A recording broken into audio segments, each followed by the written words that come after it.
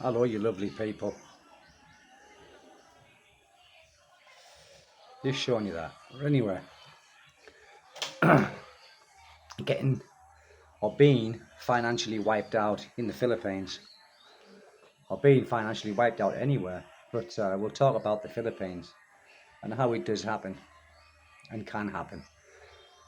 You know, you've got to think, being in the Philippines when you're with your lady,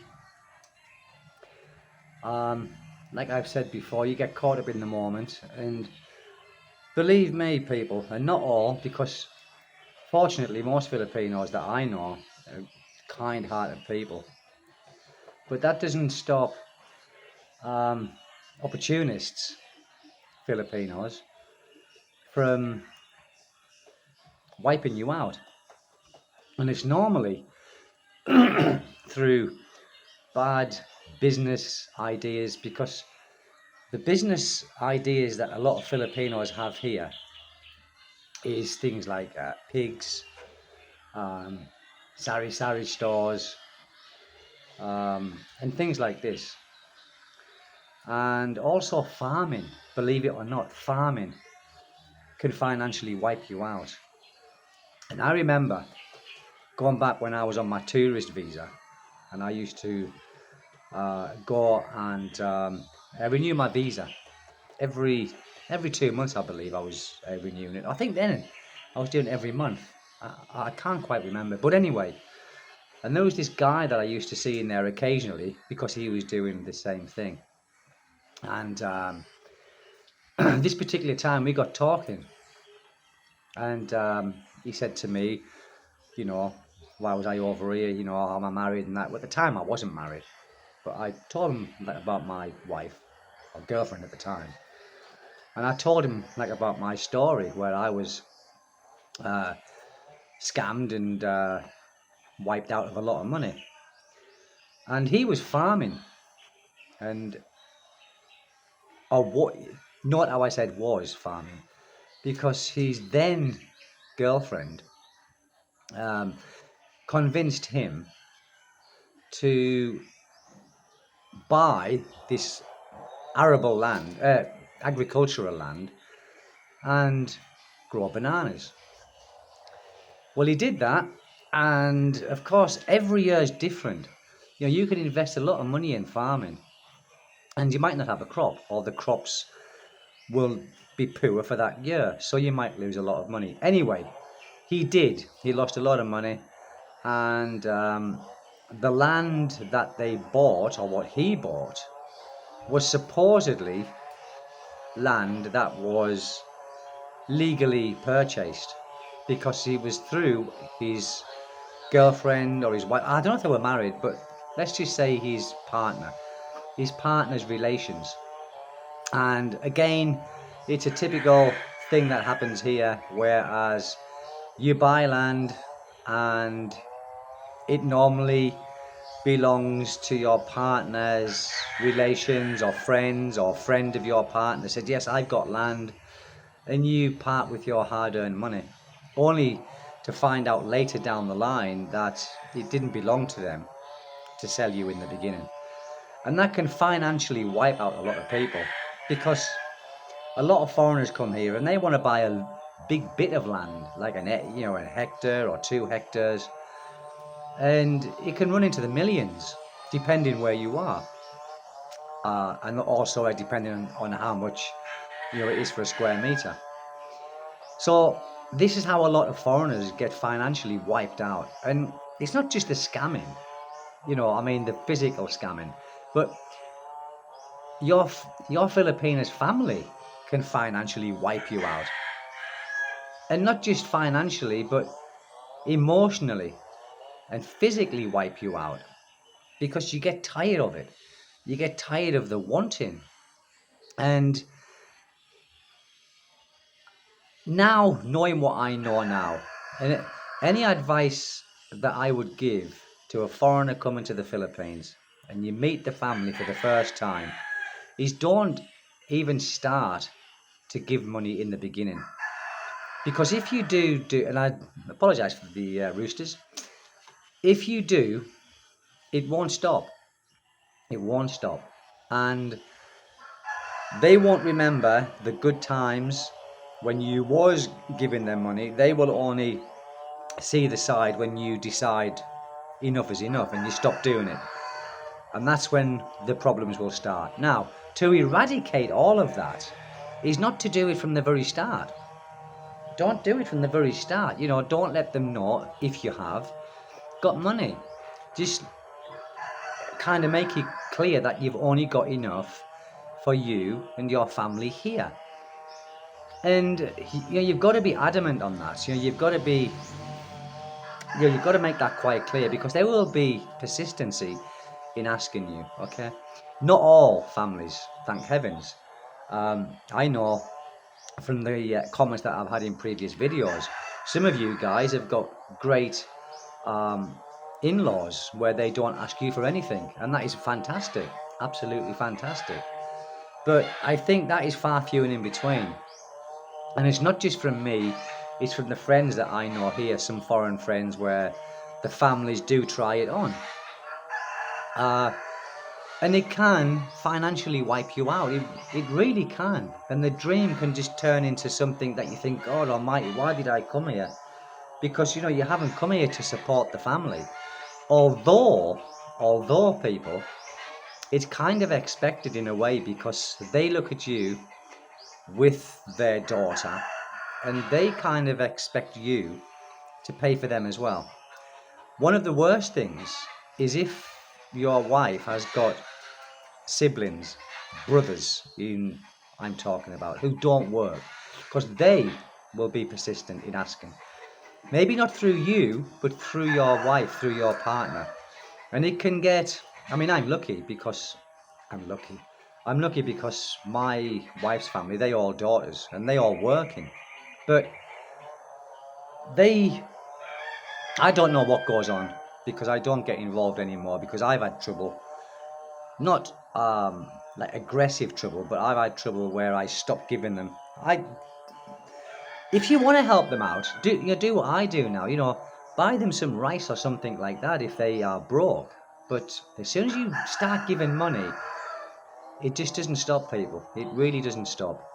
And you don't want to be financially ruined here. And I'm not saying a bag of rice is going to financially ruin you, but it'll financially ruin you if you buy into land, if you buy into a business here where they will say to you that, yes, it's a good money earner. It's a good money earner. The best money earner you can have here is to keep your money with you, because then you're not going to lose it. Some businesses here are very successful, you know, that foreigners have. There's one foreigner I know, and I think he's in Cebu, and they do smoked meat.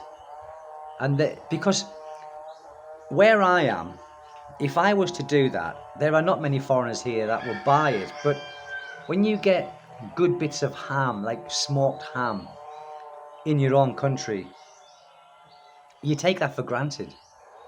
When you get good meat in your own country and good sausages, you take that for granted. But when you come here and you've been here for a while, you can get, it's this ham that's very sweet. It's like sweet ham, and it's always in a packet. And to me, it's just processed horrible stuff. But there's a business, you know, there's a guy who is one of my subscribers, and he does it as a business. And I think he's very successful at it, because he's in a place where there are many buyers. And he sells quite a lot of his, his product. So that is a viable business if you are in a place where there's a lot of foreigners and you've got a lot of customers. But I think besides having a big shop, which many Filipinos want to open up these sari-saris, where they just earn not a lot. And the thing is here, everyone expects utang, credit. So when they go to your shop, see it over there, the chainsaw's up there. Sorry people, I really am. I'm sorry for the chainsaws and I'm sorry for the roosters. I do apologise. So many of these people want credit. And if you're not in the shop, if you had one and your Filipina's in the shop, she will give credit. And then a lot of these sari-saris go out of business because of that, because they've got so much credit owed to them. And you try and get that back, especially if they know there's a foreigner involved in that business. It's going to be quite difficult. And some of them get aggressive. When you lend money out to your family or your family's friends, if you do, and they don't give you it back, and when you kind of ask for it back, they can and do sometimes become aggressive. They think of it as a gift. So when you give 1,000 pesos or something like that, or 2,000 pesos, they have probably got no intentions of giving you it back. And they will say, oh, yeah, I'll give you it back next week. But then you've got to think to yourself, well, what are you doing to earn that money to give me it back? You think about that, and a lot are not doing that much to earn that money to give you it back, because they've still got to eat as well. And if they earn 2,000 pesos in that week, they're going to think of themselves and their own family before they give you that money back, because they look at you as a foreigner. Even if you're not a foreigner, where my wife has lent money before to family, and it's never come back. Not once has it ever come back. And it's not going to, because she's with me, and they just think of it as a gift. So people, listen, just use your common sense as well.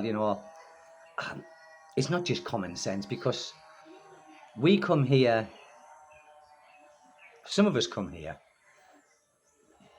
maybe trying to impress, and flashing money around. That's the opposite of what you want to be doing. It's the opposite of what when I go out for a drink, and this is another thing, when I go out for a drink, which is not very often these days, I have a drink in the house when there's guests or friends who come round, I have a drink. But when I used to go out, I would never carry large amounts of money. I would just separate money. So I'm only pulling out 100 pesos, 200 pesos. I'm not pulling out thousands of pesos just to pay for a drink of 100 pesos. Because you can get yourself in a tight spot with that as well, because it only takes people to look. And I'm not saying it would happen. I've never felt danger here, but then I try not to put myself in that situation where they could rob you, they could mug you. And I know it's far few and in between. Where I live, I've never heard of it. I've never heard of anyone being robbed here, really. Filipinos alike, Filipinos or foreigners like myself. I've never heard of anything being robbed. Many Filipinos, when they go out, they leave their doors open, not wide open, but they don't lock. And I've left things out here, and nothing's gone missing, to my knowledge. I shouldn't tempt fate, should I? I shouldn't tempt fate. But keep your money in your possession. Don't part with it. Don't part with it with these business ideas, buying land, doing farming, or having piggeries. Some piggeries are successful, but you've got to have a lot of them. You've got to have a lot. I mean, if it's just a bit of pocket money, then fine. But you've got to think, pig feed's very expensive. Pigs are very hungry creatures. So you're constantly buying these feeds, the hog feeds and, the pellets. It's not cheap. And perhaps you come here thinking, yes, I've always wanted to do that. I've always wanted to. This is what you might think, yeah, I'm going to get into this. You'll find it's not as easy as what you think. And the profit that you make, it's not as much as what you think, because of the pig feeds. It's very expensive. And you only need a couple of sick pigs, and that's going to probably wipe out most of your profit. So the best way of you earning money is keeping your money, because you're not going to lose it. If you want to buy land and build a house, don't go through family or friends. Go through reputable agencies or such like, and hire them, pay them to do all of the donkey work for you. Because there's many people here. There's many people that I know foreigners as well who haven't got clean titles. They just haven't got it. And are they going to get it? Probably not. How long have they been waiting?